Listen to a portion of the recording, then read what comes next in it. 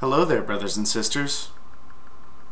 Have you ever felt that members of the elder body were lying to you while you were in the congregation?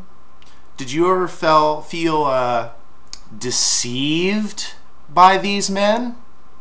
Well, if you've ever had those sneaking suspicions, then this video will have confirmed all of them. I promise you, I couldn't believe some of the things that these men, just the lies were dripping out of their mouths.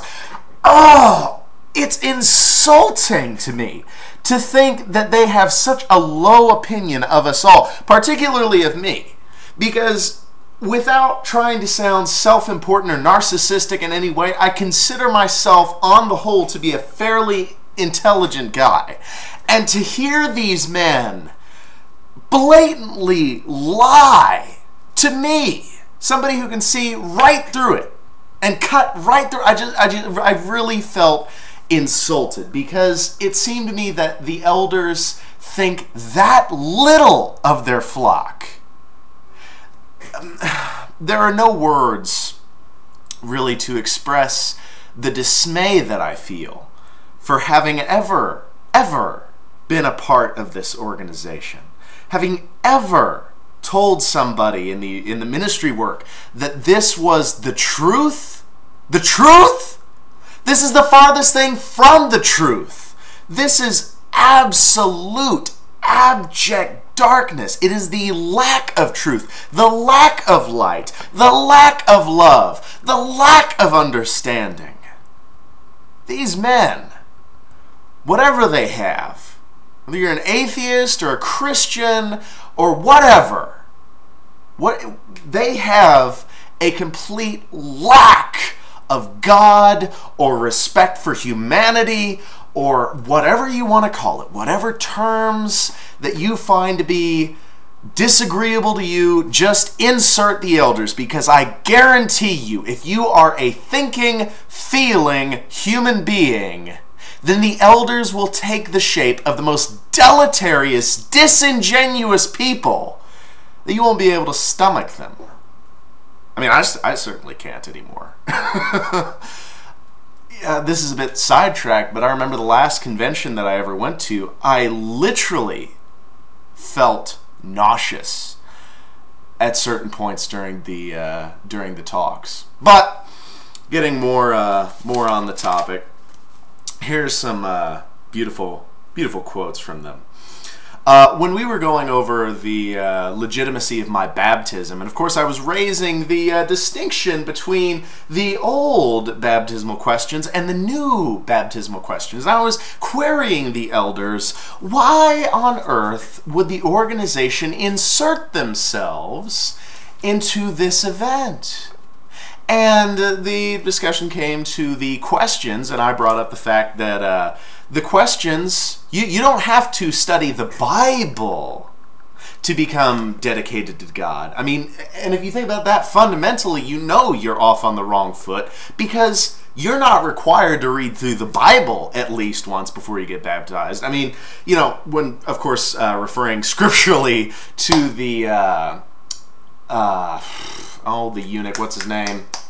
You know who I'm talking about, the guy that Philip was preaching to, the Ephesian eunuch, or dang, can't remember his name. But anyway, the guy that Philip was talking to, he said, "Look, here, behold, a body of water. What is preventing me from getting baptized?" Now, Philip didn't sit through and make him read the entire Bible all the way through, what they had at the time. He didn't make him read any discussions or any publications. If he did, it's not in the Bible, so I guess God figured it was okay to admit that part.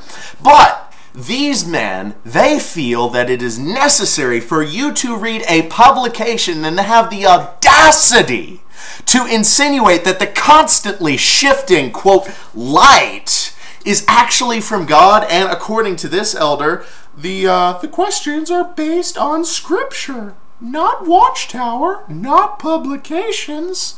Oh, brilliant then.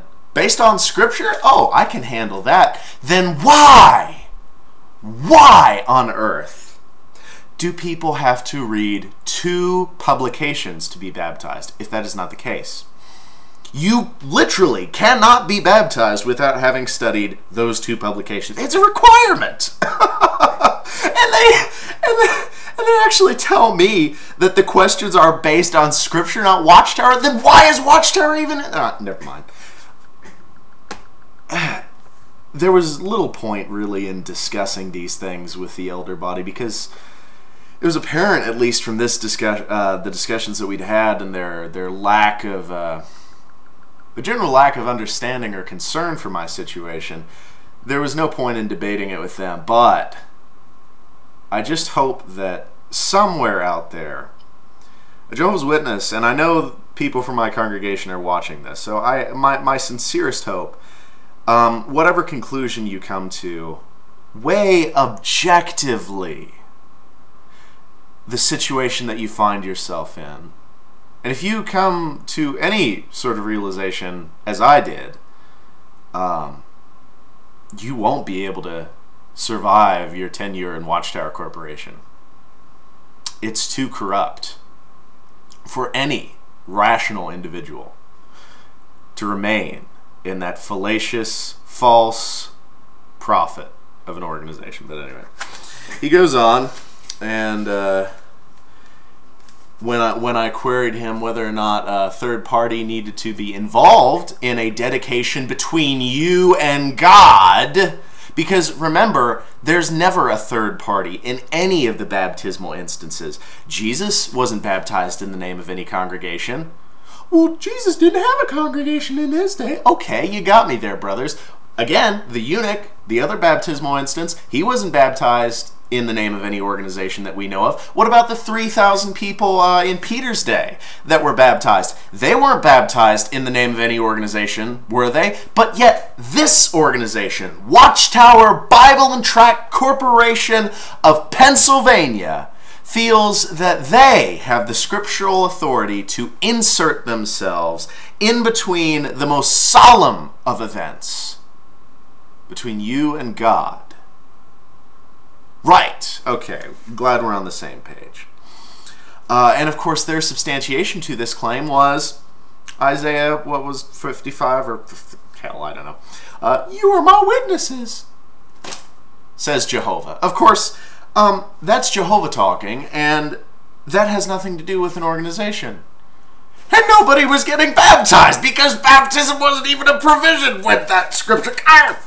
Again, the ignorance of these men who claim to be teachers and yet find themselves so woefully ignorant of even the most simplistic scriptural precedent, it literally galls me to my very core, having to relive the stupidity, the inane stupidity of this judicial committee, this kangaroo court, this star chamber procedure. I don't know how anybody can stand it.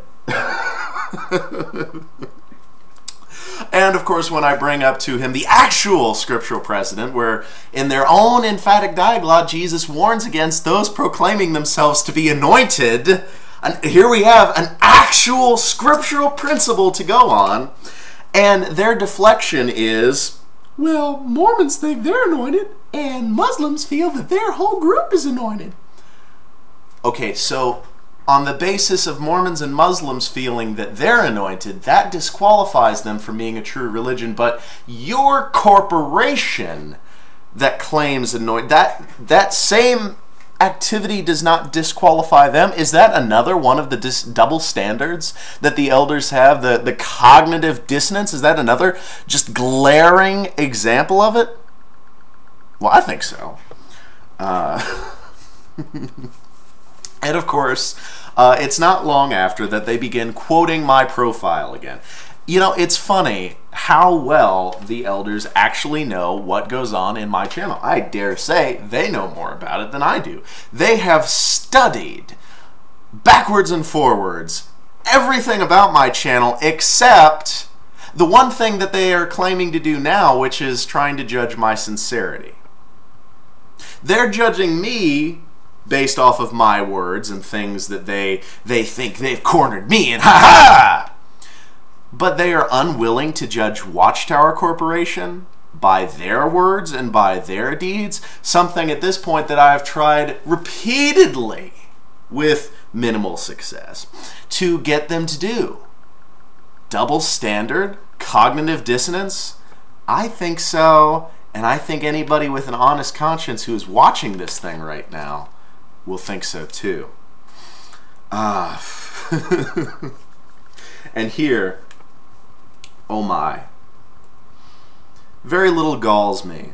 For those of you who know me personally, generally speaking, I'm a pretty easygoing guy.